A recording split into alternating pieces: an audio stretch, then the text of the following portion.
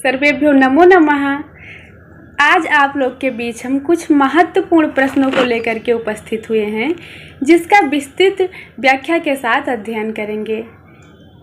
पहला प्रश्न है, इस पंक्ति के हितात् पद में किस सूत्र से पंचमी विभक्ति हुई है?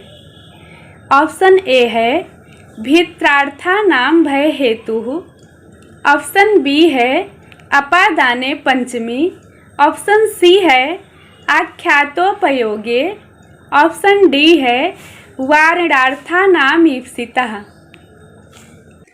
यह हितात् न संसृणुते, अर्थात जो भलाई वाले व्यक्ति की बात नहीं सुनता। यहाँ पर हित शब्द हितेच्छु अर्थात हित चाहने वाले के लिए प्रयुक्त हुआ है। अतः आख्यातोपयोगे अर्थात जिस गुरु से नियम पूर्वक कोई विद्या सीखी जाए, वहाँ पर उसकी अपादान संज्ञा होती है। जैसे उपाध्यायाद अधीते में उपाध्याय शब्द। इसी नियम के आधार पर यहाँ पर हितेच्छु से हित की बात ग्रहण करने पर यहाँ पर हित की अपादान संज्ञा तथा अपादाने पंचमी सूत्र से पंचमी विभक्ति होकर के हितात् पद बना है। तो यहाँ पर ऑप्शन बी हमारा अपादाने पंचमी एवं ऑप्शन सी आख्यातोपयोगे दोनों विकल्प ही एकदम सही आंसर हो जाएगा।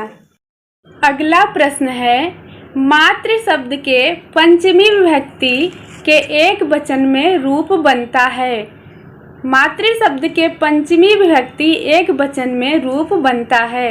ऑप्शन ए है मातृस्य, ऑप्शन बी है मातातः, ऑप्शन सी है मातात, ऑप्शन डी है मातुः। तो सबसे पहले हम यह देखते हैं कि मातृ शब्द कैसा रूप है।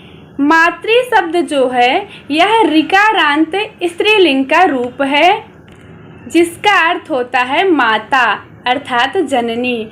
इसका रूप इस प्रकार से चलता है, माता मातरौ मातरः प्रथमा, मातरम मातरौ मातृः द्वितीया, मात्रा मातृभ्यां मातृभिः तृतीया, मात्रे मातृभ्यां मातृभ्यः चतुर्थी, मातुः मातृभ्यां मातृभ्यः पंचमी। तो ये मातुः जो है यही हमारा पंचमी प्रथमा एक वचन का रूप हो जाएगा। इसमें पूछा है मातृ शब्द के पंचमी विभक्ति के एक वचन में रूप बनता है, तो यहाँ पर विकल्प डी हमारा मातुः बिल्कुल सही उत्तर हो जाएगा।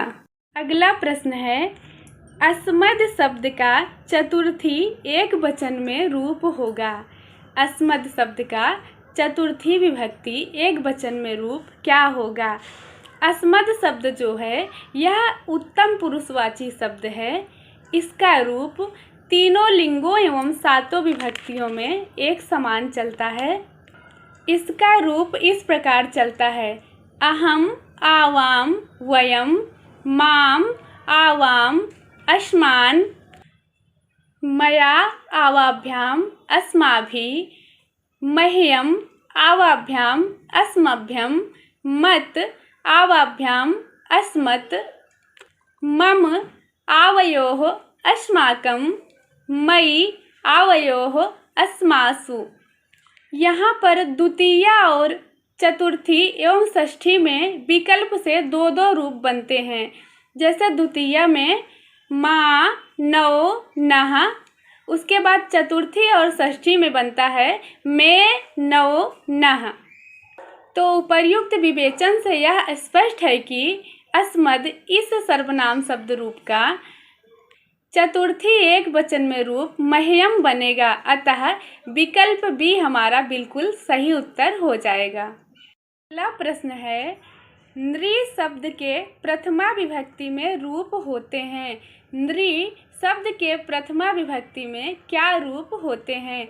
ऑप्शन ए है नरः नरौ नराः, ऑप्शन बी है नृ नरौ नरः, ऑप्शन सी है ना नरौ नराः, ऑप्शन डी है ना, नरौ, नरः।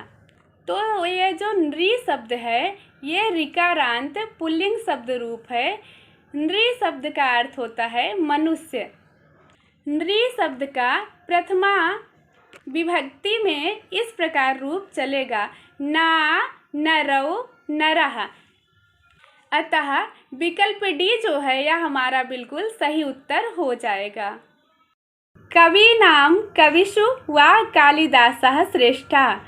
कवीनां कविषु वा कालिदासः श्रेष्ठः किस सूत्र से बनता है? ऑप्शन ए है आयुक्त कुशलाभ्याम चा सेवायाम सूत्र से। ऑप्शन बी है यतश्च निर्धारणम सूत्र से। ऑप्शन सी है षष्ठी चानादरे सूत्र से। और ऑप्शन डी है यस्य चा भावेन भाव लक्षणम सूत्र से। तो जब जाति, गुण, क्रिया और संज्ञा के नाम के द्वारा किसी समूह से एक भाग को पृथक अर्थात अलग कर दिया जाता है तो उस समुदायवाचक शब्द से षष्ठी एवं सप्तमी विभक्ति होती है। जैसे कविषु वा कवीनां कालिदासः श्रेष्ठः। यहाँ पर कवि समूह से महाकवि कालिदास जी को पृथक किया जा रहा है। अतः समुदायवाची कवि से यतश्च निर्धारणम सूत्र से षष्ठी विभक्ति हो करके कवीनां और सप्तमी विभक्ति हो करके कविषु शब्द बना है। तो यहाँ पर यतश्च निर्धारणम अर्थात विकल्प बी जो है वह हमारा बिल्कुल सही उत्तर हो जाएगा। अगला प्रश्न है अष्टाशीतिः शब्द का हिंदी भाषा में शब्द बनता है। अष्टाशीतिः शब्द का हिंदी भाषा में क्या शब्द बनता है?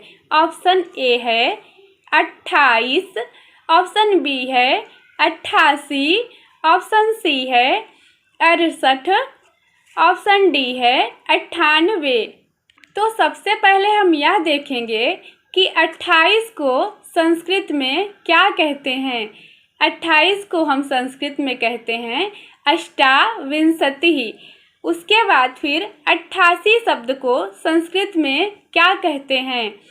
88 को संस्कृत में कहते हैं अष्टाशीतिः। और 68 को संस्कृत में क्या कहते हैं? 68 को संस्कृत में अष्टषष्टिः या अष्टाषष्टिः कहते हैं। 98 को संस्कृत में क्या कहते हैं? तो 98 को संस्कृत में अष्टनवतिः या अष्टानवतिः कहते हैं। तो यहाँ पर अष्टाशीति का हिंदी भाषा में 88 शब्द होगा। अतः विकल्प बी जो है 88 वह हमारा बिल्कुल सही उत्तर हो जाएगा। तो आज के लिए बस इतना ही। पुनः हम किसी नए टॉपिक के साथ उपस्थित होंगे। तब तक के लिए नमः संस्कृताय।